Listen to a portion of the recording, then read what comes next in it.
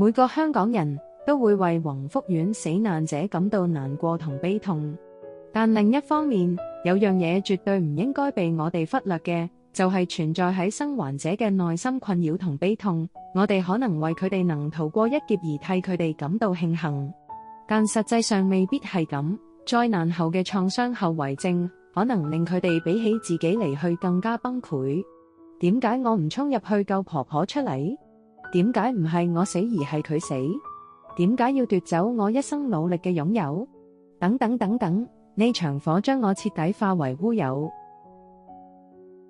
嗰一晚，火光燒紅半邊天，消防車警號聲穿透夜空，宏福苑嗰度變咗煉獄。成條村、成個屋苑嘅街坊淚都乾晒，喊到冇聲。日頭重播新聞，畫面一閃而過，對我哋嚟講係一輩子都唔會淡嘅傷口。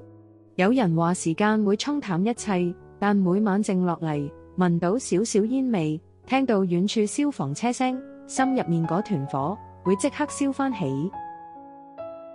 好多幸存嘅街坊其實都仲困喺嗰晚，眼睜睜睇住火舌由樓下燒上嚟，親人喺廳度，轉頭就煙冚天蓋地，嗌都嗌唔出聲。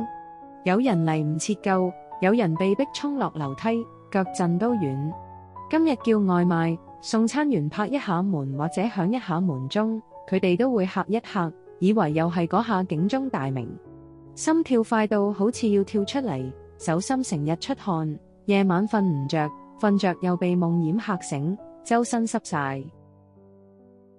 創傷後遺症唔係講下就算，失眠、驚恐、閃回、嗅覺同聽覺嘅敏感，生存者內疚，黐住身。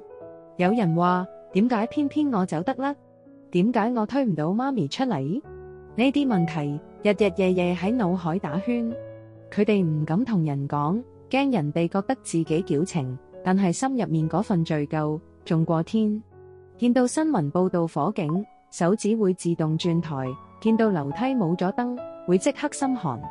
連煮餸嗰下油煙都足以令佢哋立刻關火，開晒窗，心跳失控。有啲阿叔阿嬸本來中意同街坊吹下水，火災後就唔想出門。超市門口見到消防喉，眼睛發直；巴士經過消防局，佢哋會擰轉頭。夜晚原本係一家人最暖嘅時光，依家只剩低空凳同無聲嘅電視機。小朋友失去爸媽，望住功課發呆；長者失去老伴，對住飯台一碗白粥，食到心灰。講起親人，就好似用手撕開未結焦嘅傷口，血唔見，但痛得人唔想呼吸。就算宏福苑火場清咗，牆上面嘅灰塵掃咗，但心頭嘅灰就永遠掃極都仲有。政府啲賠償表格、保險嘅電話、社工嘅慰問都係程序，但到咗夜深人靜，冇人可以幫你頂住嗰下心跳加速。有人試過去做心理輔導，一坐低就喊，喊到唔識講嘢；有人硬撐，覺得捱下就會好，結果越捱越縮埋。街坊聚會，講兩句就沉默，大家都知彼此受傷，但又唔敢揭開。火後第2個禮拜，有婆婆買餸途中，遠處有工地產生撞擊，咣一聲，佢即刻蹲低，用手護住頭，隔離嘅人以為佢跌親。呢啲反應唔係矯情，係身體記憶，腦袋記住生死一線嗰幾分鐘之後，每個類似嘅聲音、味道、影像都會拉佢返去火場。有人聞到塑膠燒嘅味，就會諗起走廊黑煙；有人見到紅光，就會諗起窗口嗰團火。呢啲閃回唔使有人提，佢自己會嚟。生存者內疚比死神更狠，佢會問：點解唔係我走？點解佢哋走？呢個問題冇答案，亦冇人俾到。佢哋唔敢笑，怕自己笑得太大聲對唔住走咗嘅人；唔敢買新衫，怕自己活得太好。呢份缺口係裂痕，唔係單單用時間就可以磨平。唔少人晚上會開住燈瞓，驚黑；有人唔敢鎖門，怕鎖咗走唔切；有人每日檢查煤氣，熄咗10幾次，手摸到發熱都唔放心。佢哋嘅世界安全感係碎片。風一大，槍拍兩聲，心跳漏半拍。火災唔單止燒咗屋，仲燒走咗佢哋對屋企呢個字嘅信任。社工同義工嚟，送上紙巾同溫暖，教人治療創傷後遺症，需要時間，要多傾偈，要慢呼吸。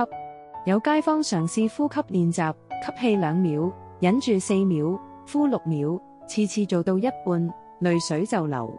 佢哋唔係唔努力，只係悲傷好重，重到呼吸都覺得辛苦。夜深，有人會行落街，對住已經封閉嘅單位發呆。有人會去殯儀館門口坐一陣先返，有人每日經過消防局放低一支水，算係同救佢嘅人講聲多謝。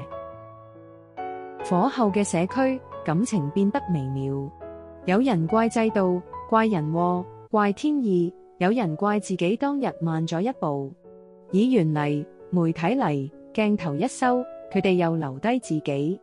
長夜漫漫，手機訊息停咗，窗外只得風。佢哋學識咗活着呢2隻字，原來唔係必然。創傷後遺症唔一定係病徵清單，係日常被打碎。你以為行街買餸係平常，但對佢哋係挑戰。你以為煮飯有油煙係日常，但佢哋要開晒抽氣扇，手震住炒。你以為搭電梯好方便，但佢哋會揀行樓梯，因為怕困。呢啲細微，旁人睇唔到，但係佢哋嘅世界已經換咗顏色。最辛苦係嗰份孤單。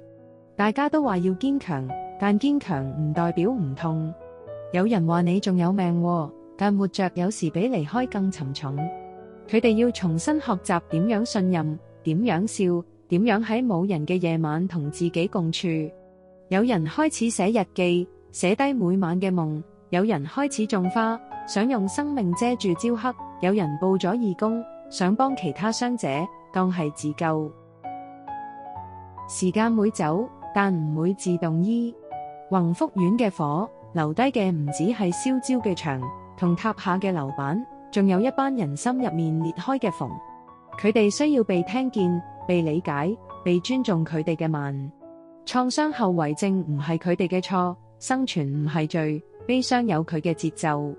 冇人可以強行叫一個人快啲好返，因為每晚嗰啲聲、嗰啲味會提醒佢哋嗰場火曾經吞噬過佢哋嘅世界。願每個走過火場嘅人都可以慢慢揾返呼吸嘅節奏。願佢哋可以有日子聽到消防車聲唔再心慌，聞到煮食煙味唔再閃回，夜晚關燈瞓得着，早上醒嚟第一個念頭唔再係那場火，而係今日早餐食乜。悲傷會留痕，但生命可以續寫。宏福苑嘅火之後，街坊仍然會記得失去嘅人，但亦有權利帶住眼淚繼續行。願社區有人伸手，政府有人跟，朋友有人陪，讓劫後餘生者唔好再獨自一人對住嗰團無形嘅火。如果你喜歡呢段視頻，記得俾個 like， 訂閱我哋嘅頻道，仲有撳埋隔離嗰個小鐘仔，你就唔會錯過我哋之後更多精彩分享啦。多謝支持。